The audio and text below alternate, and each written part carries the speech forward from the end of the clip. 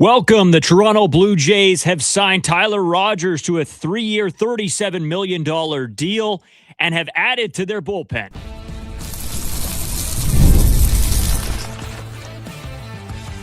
You are Locked On Blue Jays, your daily Toronto Blue Jays podcast. Part of the Locked On Podcast Network, your team every day. Hello, everybody. As always, I'm Braden Iwasko in a different place. I'm at work currently. That's why you're getting this a little bit later than usual. And I apologize for that. But, we have jobs and stuff still. So I got you the short one I could have for those of you that saw that. And a lot to talk about in regards to Tyler Rogers and him joining the Toronto Blue Jays now on a 3-year deal. Leave your comments, thoughts, feelings down in the comment section. I'll be chatting with you guys sort of throughout this. Wanted to get everybody out a little bit of something since, it is the weekend and we have moved down to 3 days a week, but a very interesting signing is the Blue Jays get him for 3 years. Again, $37 million. He can make up to 48 if his 4th-year option goes through as well. So very interesting there. Let me know if the mic is too loud or anything like that as well. I am in a different location than usual, so we'll see how this all works. But I appreciate all of you joining me, for those of you that are here. And I want to get your guys' thoughts on all of this. To me, this is a very good signing. This isn't paying a guy stupid amounts of money. Don't get me wrong. It's not one of the top-end closers or anything that necessarily, maybe some of you were hoping for. It's not the Edwin Diaz. But I think this is a very quality bullpen addition here. He had a fantastic season last year. I mean, I was just going over his baseball savant today, actually, as I do. I love that page. But last season, he put up a 1.98 ERA over 77 and a third innings pitched with 48 strikeouts. This isn't a guy that's obviously going to blow you away with a fastball or anything. I mean, let's not get that confused. But everything else, right, in terms of this player is exactly what the Toronto Blue Jays want. A guy that can get a swing and miss, that doesn't get hit very hard, doesn't give up a ton of home run ball. And, that weird arm angle is going to play very different and very crazily off of Trey Savage. It's almost polar opposites. So, again, if you guys have any comments on all of this, please leave them down in the comment section. I'll make sure to get to them within the live stream here. Just going over some of his actual statistics and some of the, getting more in depth into some of his pitches. I mean, the sinker plays very well. The slider he uses so differently than almost any other pitcher because of that arm slot, right? It sort of comes up in the zone, which is a very strange look to see. And a pitch that can be super effective. I mean, really, that's it. He's a two-pitch guy. But with the way that it plays, it's an angle that a lot of batters don't see anymore. You don't see the pretty much called submarine at this point. It's that low. It's just insane. It's not even from the side. So, I'm very excited about this. I think that this is a very, very quality addition. And I don't know. Yes, you can be upset that it wasn't the Edwin Diaz, that it wasn't that for sure closer. To me, I think it's going to be a very interesting start to the season now. Because you do have Hoffman. Now you do have Rogers. Who goes where? Who gets what role?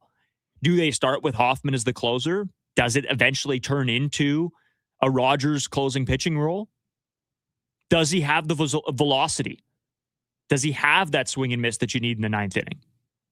That's going to be the question in all of our minds as we sort of continue through this offseason and see what other additions they bring here. But this is a big one. This was a move, right? I think as Toronto Blue Jays fans, we asked for a few things. Number one, you need to get Tucker or Bo. Both would be great, but you need one of them. Number two, you needed a bullpen arm. And number three, maybe the biggest one of all, well, debatably the biggest one of all, is getting a starting pitcher on a long-term deal that would be with this team for years to come when you lose a few guys next year. So I think this organization has done a fantastic job this offseason so far, with probably more to come, as a lot of insiders, we talked about it on, this morning's episode. As you guys are watching this, that feels like ages ago. It's been a long day. A lot of insiders are saying that they will get one or the other, right? And possibly both, which to me is insane, but that would be fantastic as a Toronto Blue Jays fan. What do you guys think about this? Do you think that he is going to for sure come in and be the closer? Do you think he's going to come in and have a little bit of a battle to start the year with Jeff Hoffman? Just got a comment here. Great signing. 100% agree. This, to me, for the price tag that he cost this team, I don't know how anybody could be upset about this at all.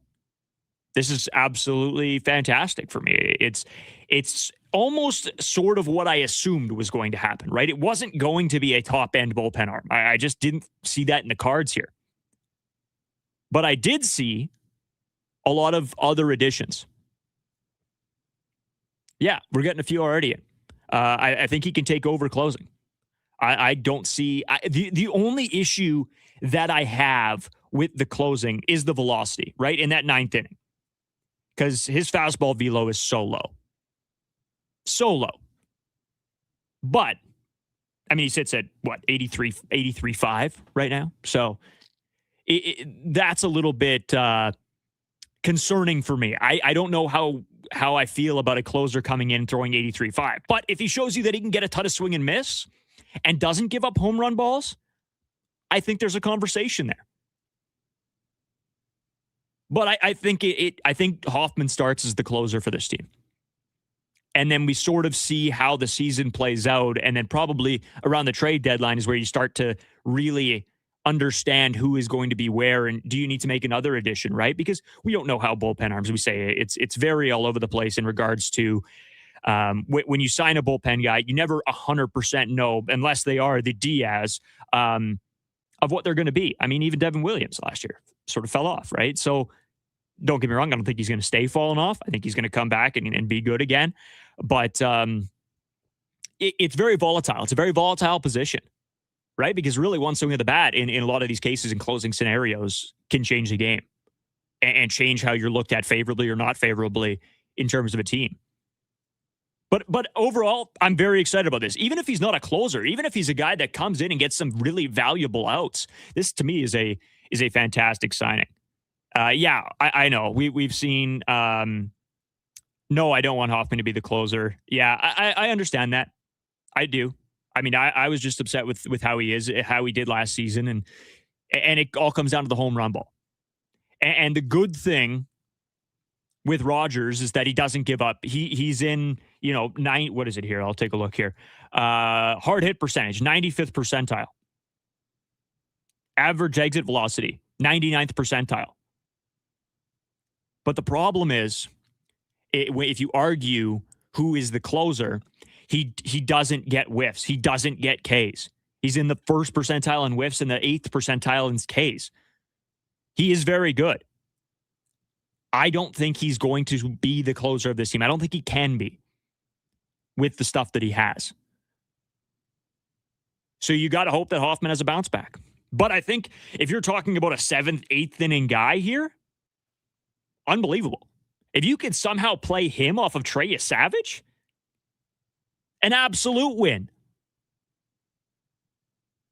Yeah, I just got another comment here from Kenneth. Kenneth, I'd rather have Varland pitch 100 as closer, even when we didn't get Diaz. Yeah, I think Varland, is a bit of a work in progress. Right? He's a guy that's working through stuff.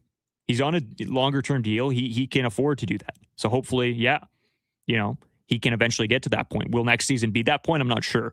And that's why right now I think Ross and John and everybody sort of left it up in the air about Jeff Hoffman's role. Because I think, yeah, to start off, he's your guy. And then you see how the season plays out. A lot of great comments. Rogers 6, Yimmy 7, Hoff 8, Louis 9. Yeah, that's a fair take. I think Louis, Hoff, Yimmy, I think they're all going to be right there. All testing for that spot for sure. I don't think this team is sold on Hoffman being the closer. And I think that's the right move. I don't think you have to be sold on a guy. I think you can see how the season plays out. Hey, who's our best option this year? But yeah, let me know what you guys think. I believe Tucker coming to Toronto with an opt-out. Yeah. I like that too. And again, me and Carter had this conversation a couple podcasts ago. Again, for those of you that missed the start of this, Carter's working tonight. I was working tonight. That's why it's coming in a little bit later.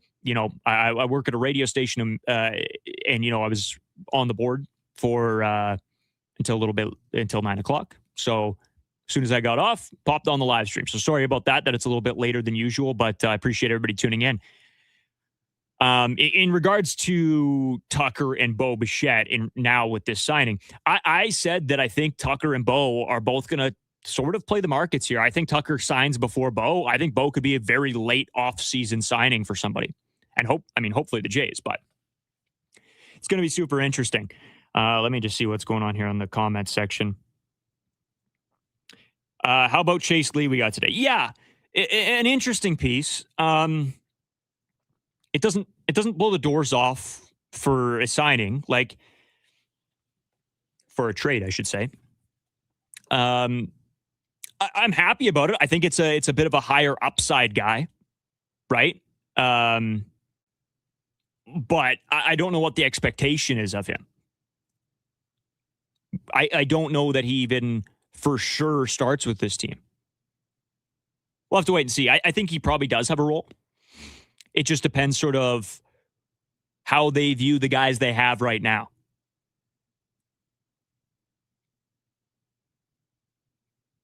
Yeah, Chris, I agree with you. Hoffman had 30 to 40 saves. 100%. 100%. Yep. He probably starts as the closer. I don't see them moving on from him unless they were able to get one of the big dogs. And they didn't, even though I really like this. So, we'll have to see sort of how it goes. There was another Tucker one here. Here we are. Tucker, Jays, 9 years, 342, 38 AAV, opted after 4. Yeah, maybe. I think it's going to be a touch more, but I don't know about the 9 years. I'm very interested to see what the Tucker contract comes out to be, because I'm thinking it's going to be 10, but I mean 9, whatever. If it's 9, 10 with opt-outs, that's fair enough. How close to MLB ready is Tiedemann? Goodness gracious. I I wish I could tell you. I really do. It's the injury trouble with Tiedemann, right? And could he come in as a bullpen option this year? Potentially, right? You're talking about, needing guys. Well, there's an option for you. But I think they want to see what he can do sort of throughout the year. I don't think he'd be a guy that they bring in right out of spring training, right? It would be later in the season, and maybe a guy goes down and they turn to him, give him a shot. Hey, come in out of the pen for us. Or in a playoff run again, so somewhat like the Trey Savage thing, but probably out of the pen. But it's definitely not off the table. But totally, yeah, Paul. I just would assume that's what they're doing with Tiedemann there. As you guys come in with the comments, I'll try to get to them. There's a Berrios comment I'll get to. I got to hit a quick ad, and then I will come back and answer the Berrios question, because I think everybody is on pins and needles a little bit, trying to figure out what is going to happen with him, because a lot has been said, and we talked about it a little bit, but I'll get into it right after this short break.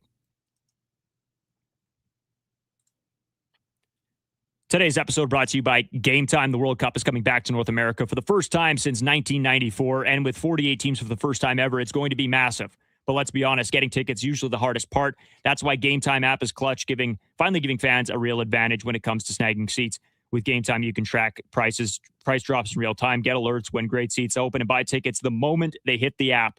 I'm actually heading to a Winnipeg Jets Ottawa Senators game with Locked On host Ross Levitan, my good buddy.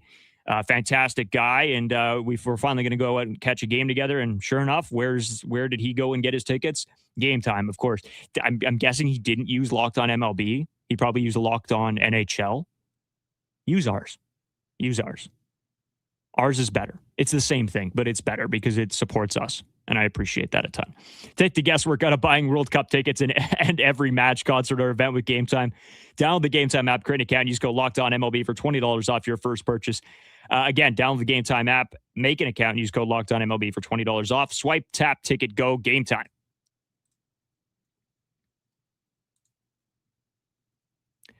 Okay, I want to get back to this Berrios comment here. Do you see Berrios on the opening day roster next year? Yes, I do. Yep, he's going to be in that rotation. And they're going to have to see what the attitude's like, see what he wants to bring to the table, right?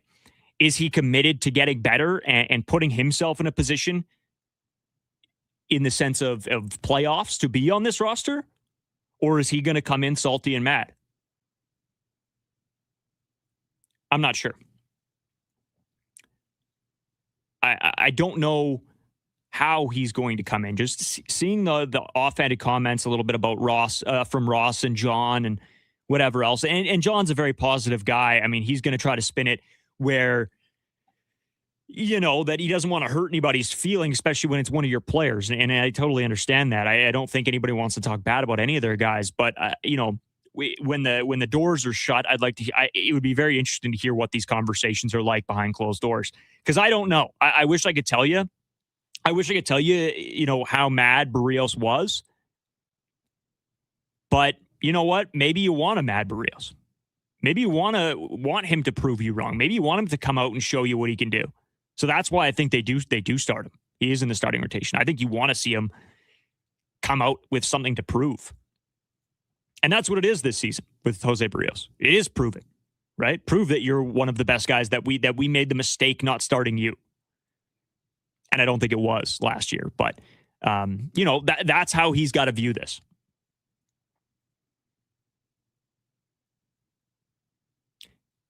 Yeah, Kenneth. Yeah, you're spot on in talking about the luxury tax threshold. So $10 million away from that. Yeah, you're spot on. I'm assuming they don't care.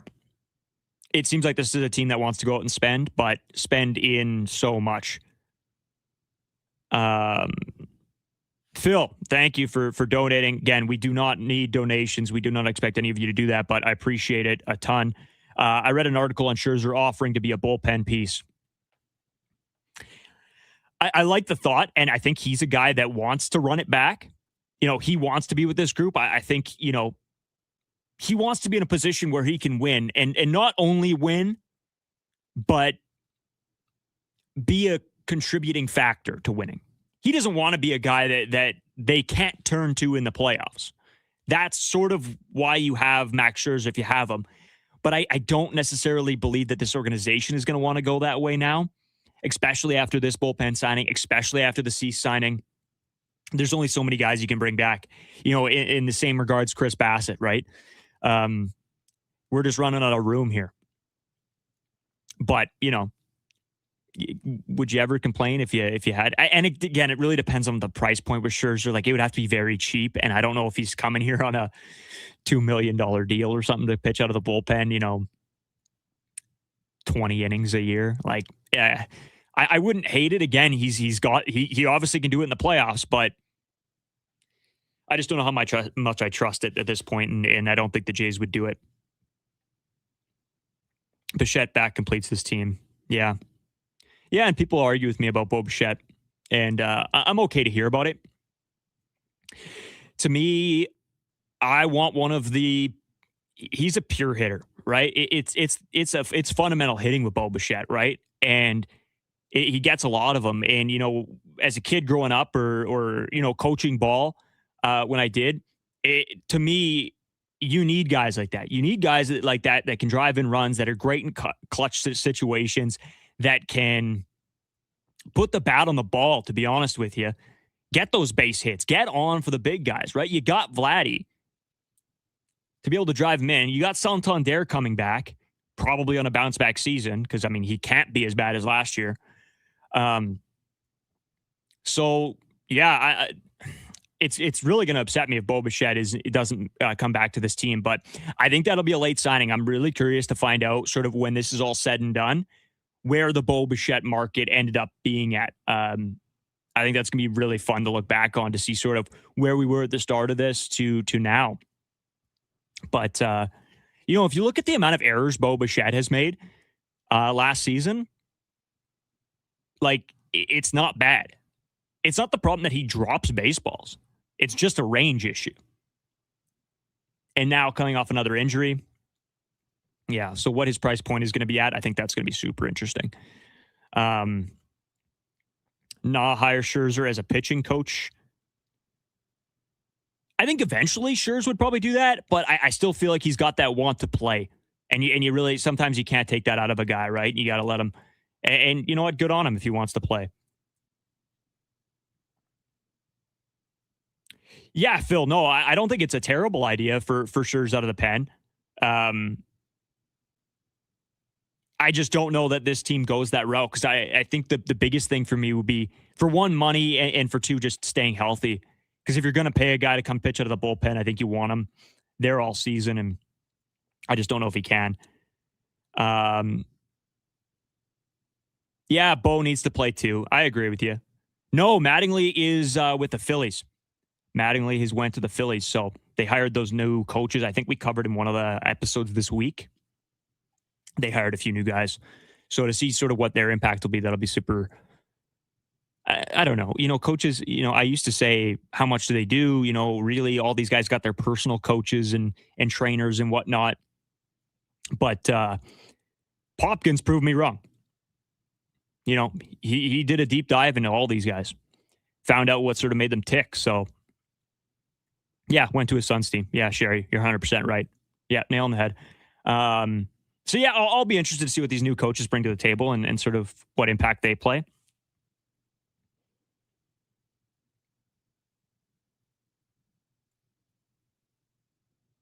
Loister says he'd rather keep Jimenez. Yeah, for shortstop defensively, absolutely. Absolutely. But offensively, I mean, Jimenez isn't going to be the Jimenez we got last year in sports, right? He's not going to put the bat on the ball like that. He's going to have, in a lot of these guys, there's going to be regression from last season. So it really depends on how this team manages those guys, right? I think the Ernie Clement, the Addison Bargers are going to be two huge stories to watch. Marte is going to cost too much in prospects for sure. You know what? We covered a lot on the Ketel Marte stuff. I don't know how serious they honestly are about moving him. I think it would have to be a deal that absolutely blows them away. And I just don't know if that's in the cards, even for a team like the Jays or maybe even somebody else. Yeah, you'd get Marte cheap. Yeah, he is cheap. Absolutely is. But I just don't know. I think the offer, it would have to be insane. I think the Jays could do it.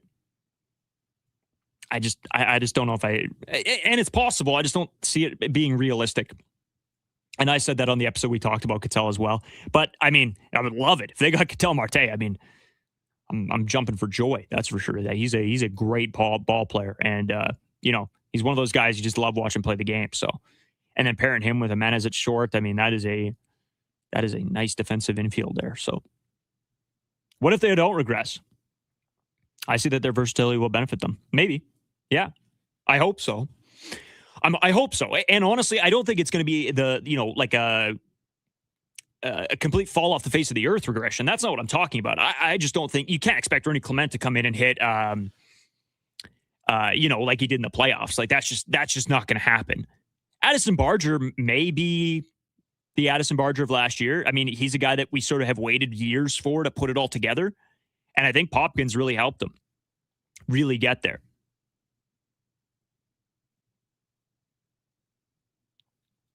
William, thanks again for the 5. What do you want back for you, Savage? In regards to what? Like if we were going to trade you Savage for something else, is that sort of what you're thinking here? To me, I think I don't know if you can trade Trey. I think Trey is a must. I think most fans lose their mind. And I think, to be honest, a lot of people, when in regards to trades, it's really tough to, even though we saw how good Trey was in this year, we have not seen him as a full season. So I don't think a team is going to say trade a Ketel Marte for Trey Savage, because that's not enough. They've only seen Trey pitch then, right? They haven't seen a full season of him pitching full innings. And I, to be honest with you, I don't know. I don't know that. I don't think I want to see what the kid does before I start, spewing trade allegations off or anything like that. But it's an interesting thought process for sure. Is there any unknown two basemen? More importantly, a really good player without rep who could be a sleeper transaction. Maybe. You know what? I never put anything past here, Phil. I'll throw you up here. I never really know what to expect with Ross Atkins sometimes. Like sometimes he pulls these trades off that I just don't see coming. So yeah, it's possible, but I don't know that you could throw another Andres Jimenez in this lineup, a second base Andres Jimenez in this lineup, right? Because the bat just isn't there. And I think you'd rather just play Ernie there, right? Or maybe a rotation of him, Davis, and then you got Barger at 3, Ernie at 3 some games. I think this team would much rather do that, right? That's using their guys in-house. And I don't know if you're getting better in that sense unless it is a Bo or a Cattell or that significant upgrade. Loister, Savage may not be the surprise pitcher next season. He might get rocked this time around. It's tough. I think his stuff is really good. But again, another guy that can you expect him to go out and give you exactly what he gave you for 162 games? I think that's a very fair point. I don't think that you can expect that. I'm really interested to see what they said there's going to be no innings limit on him. So that's really interesting. Yeah, sorry. We just got a comment saying, hey, can you re-go over everything sort of that happened? So yeah, of course. Tyler Rogers signs with the Toronto Blue Jays, 3 years, $37 million. Super interesting guy. Sorry, I sort of went off and everybody started making comments. But having some fun in the live stream. Super weird arm angle, right? Comes from the bottom. Maybe you can play him off of Trey Savage. I said that earlier. That would be a horrible look for hitters. Really good stuff on this guy. I mean, the slider pretty much moves upwards. It's just ridiculous. Not a big strikeout guy, not a big whiff guy, but doesn't get hit hard. He's in like the 98th percentile, 96th percentile in barreled balls, hard hit percentage, and walk rate. He's in the 99th percentile. So a really, really quality reliever here that didn't cost this team too much. Now, we had the conversation in regards to the closing role, which I said probably remains Hoffman's at this point. And then you sort of feel it out throughout the year. And he only throws, he doesn't throw very hard, sitting at 83.5. So not a guy that I would say is going to come out and be your closer. But at least it gives this team options, right? You got Varley, you got Hoffman, you got Yimi, you got, and now you got Tyler Rogers too. So yeah, some very interesting pieces that could happen here. Does this affect our ability to sign Tucker Bo? Absolutely not. No, does not play a factor. It goes back to what I said about Cease. The Cease deal was something that was going to happen. They were going to upgrade the starting pitching market because they have guys coming off the books next year. This was one that was going to happen as well. This team was going to upgrade in their bullpen. So no effect on Tucker Bo whatsoever for me at all. So no worries there whatsoever. North Pole, South Pole combo on the mound. Ouch. Yeah, that's exactly actually what it is. Super, super interesting. Old-fashioned submariner. Yep. It's strange, right? It's been a long time since I've really paid attention to guys like this, but he had a fantastic season last year. So, I'm interested to see, can he do that again? So last season, I'll just go over ERAs, 1.98. The year before that in 2024, 2.82, and then 2023, 3.04. So he's been significantly getting better every season, which is super nice. This is going to be a super, super weird year, right? You got all these guys coming in and the team changing up after, it being the team we all loved watching this past season. And, we've had this podcast now for 2 years. Well, I think we'll start our 3rd year in January. And just after the season before last started and we went through that whole dumpster fire of a season in 24. The vibe around this team is just incredible. And it's exciting watching them sign these guys and be in on these free agents and them wanting to come here. Is Lee any good? I covered it earlier. I'll go over it again. Interesting. It's an upside piece here. I don't know if he starts with this team, but I'm interested. I don't know really what to tell you. He's sort of one of those fringe guys that may make the roster opening day, may not. I think they're really going to see what they can see from him in spring training and what they like. Obviously, they traded for him, so there is something there that they can value. But But again, that might be just something that this, the scouting department picked up on, and they thought, wow, this guy could maybe, play a piece here. So yeah, an interesting guy. I watched an hour-long interview with Cody Ponce on Baseball, his dad podcast, and I was blown away and even had a tear in my eye. Super crazy story there. He's going to be a super interesting piece too, right? We talk about Jose Berrios and possibly what he can do. But really, we haven't touched on Ponce in this live stream. And will he make a push for that fifth starter role? I think that's super, super interesting. He's a very interesting piece, right? Like he was a guy that did play in the majors and didn't have success. Then goes away, finds his stuff, and makes his comeback. So, a little comeback story. That's going to be a lot of fun, and we get to watch along with it. Let me see here. What else do we got? Tyler Rogers is Mario. Yeah, it was set up guy for reward. Yeah. A lot of interesting comments. I'm technically still at work here, so I got to get rocking home. As some of you that listen to the Blue Jays podcast daily, me and Carter are currently in a move, so I got to be up early tomorrow to move out my stuff. So eventually, you guys will see the new setup and whatnot for the podcast. And I've had a little throat thing going on, so I'm going to peace out of here. I appreciate everybody tuning in. It was a lot of fun. I love answering your guys' questions. Maybe I got to start doing this some more and just popping on and seeing what everybody's got to say. So as always, tune in to the podcast. We'll have another one out Monday, or if there's more signings, we will have more. We're down to 3 episodes a week: Monday, Wednesday, Friday. And then probably around pitchers and catchers reporting, we will be back to 5 episodes a week. But if anything massive drops, of course, we will be on the live stream here. You can follow me on Twitter, Braden5 Iwasco, Carter at Carter First 2, and on our main Twitter page, Locked On Jays, and Instagram, TikTok, hit the follow there too. And then on YouTube, hit the subscribe button. And we'll be back with you guys Monday, unless the Blue Jays decide to keep, rolling out the move, then I may talk to you tomorrow. But have a good one, everybody.